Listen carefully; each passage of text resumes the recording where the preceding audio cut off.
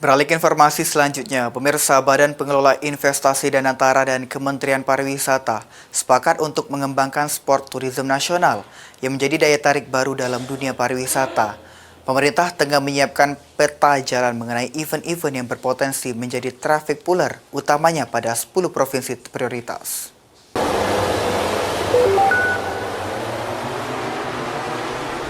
Kementerian Pemuda dan Olahraga Kemenpora menjembatani pertemuan antara Kementerian Pariwisata dan Badan Pengelola Investasi BPI Daya Anagata Nusantara Danantara dalam Forum Indonesia Sports Summit ISS 2025 di Jakarta Minggu 7 Desember.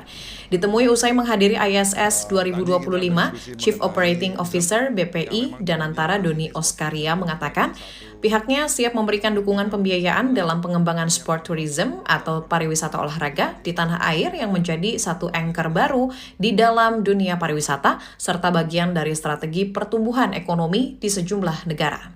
Kita mulai menyiapkan roadmap diharapkan oleh Bu Widi tadi, masing-masing pemerintah daerah termasuk juga pemerintah pusat menyiapkan roadmap mengenai event-event yang kita harapkan akan menjadi traffic puller ke depannya.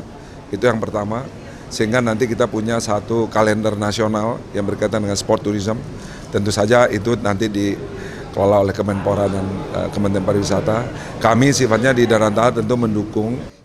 Dalam kesempatan yang sama, Menteri Pariwisata Widianti Putri Wardana menyebut bahwa saat ini Gen Z dan milenial cukup tertarik untuk merawat diri dan kesehatan sehingga tren sport tourism terus meningkat. Jadi kami bersepakat untuk melakukan menyelenggarakan event-event sports di destinasi-destinasi sekalian untuk mempromosikan destinasi Indonesia seperti di Lombok, di Toba dan lain sebagainya.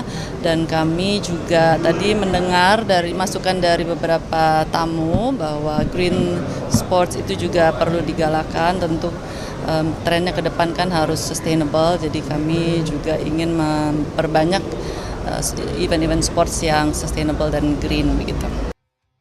Nilai ekonomi sport tourism diperkirakan mencapai 18,79 triliun rupiah pada 2024 dengan kontribusi sekitar 25 hingga 30% terhadap total event pariwisata nasional.